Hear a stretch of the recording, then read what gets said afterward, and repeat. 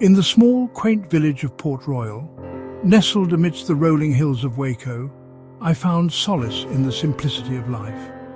The year was 1979, and I had recently moved into a charming cottage, seeking refuge from the chaos of city living. The villagers welcomed me warmly, none more so than Dracus Brooks, a man of impeccable manners and a reputation for kindness. Dracus, affectionately called Drake, was the epitome of a gentleman farmer. His land was the envy of many, with lush fields and well-tended livestock. He often shared the bounty of his harvest with neighbours, and his laughter was a common sound at the local pub. We became fast friends, sharing stories over pints and enjoying the tranquility of rural Irish life. However, as the months passed, subtle changes in Drake's demeanour began to surface. His once jovial eyes grew distant, and he became increasingly reclusive.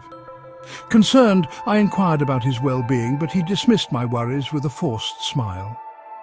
One crisp autumn evening, as the village prepared for the annual harvest festival, Drake invited me to his farmhouse for supper. The air was thick with the scent of burning wood, and the moon cast an eerie glow over the landscape. Upon arrival, I noticed the farmhouse, usually bustling with activity, was eerily silent. Drake greeted me at the door, his appearance dishevelled and eyes hollow. The interior of the house was dimly lit, shadows dancing on the walls. An unsettling feeling gnawed at my senses, but I attributed it to the gloomy atmosphere. As we sat down to eat, the conversation was strained. Drake spoke in cryptic phrases, his mind seemingly elsewhere. Halfway through the meal, he abruptly stood up and excused himself, leaving me alone in the dimly lit dining room. Minutes turned into an hour, and Drake had not returned. Worry overtook me, and I decided to search for him. The creaking floorboards echoed my footsteps as I navigated the labyrinthine corridors of the old farmhouse. I reached a door at the end of a narrow hallway, slightly ajar with a faint light seeping through it. Pushing it open, I was met with a scene that would forever haunt my nightmares.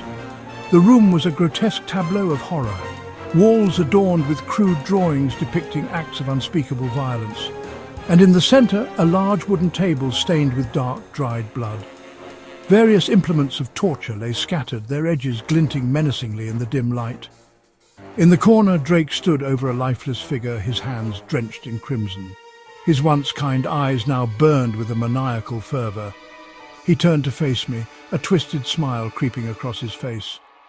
"Ah, you've joined us," he whispered, his voice dripping with malice.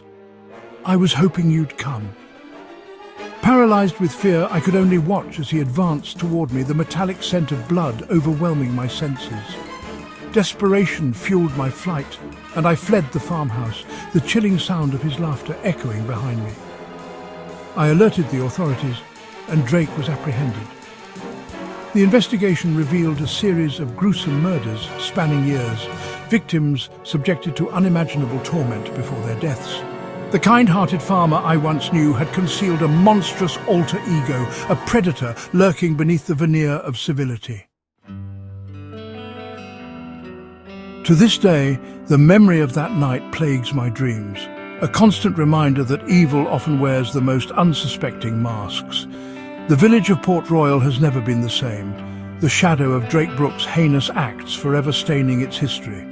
Years later, as I attempted to rebuild my life, I received a letter with no return address. The handwriting was unmistakable, Drake's.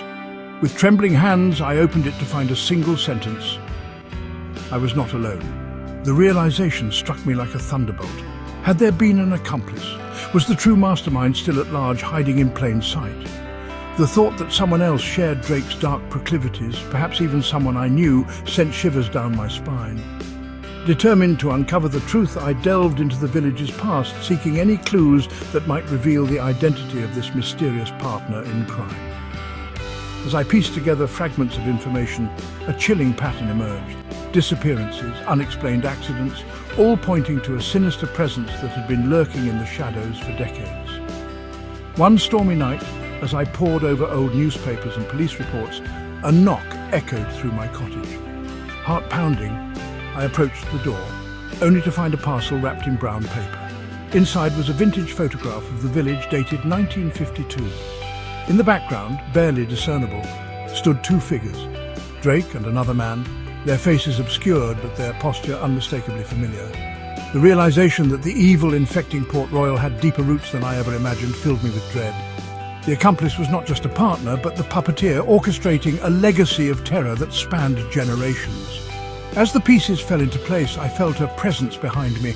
Cold breath brushed against my neck, and a voice eerily similar to Drake's whispered, "You should have left well enough alone."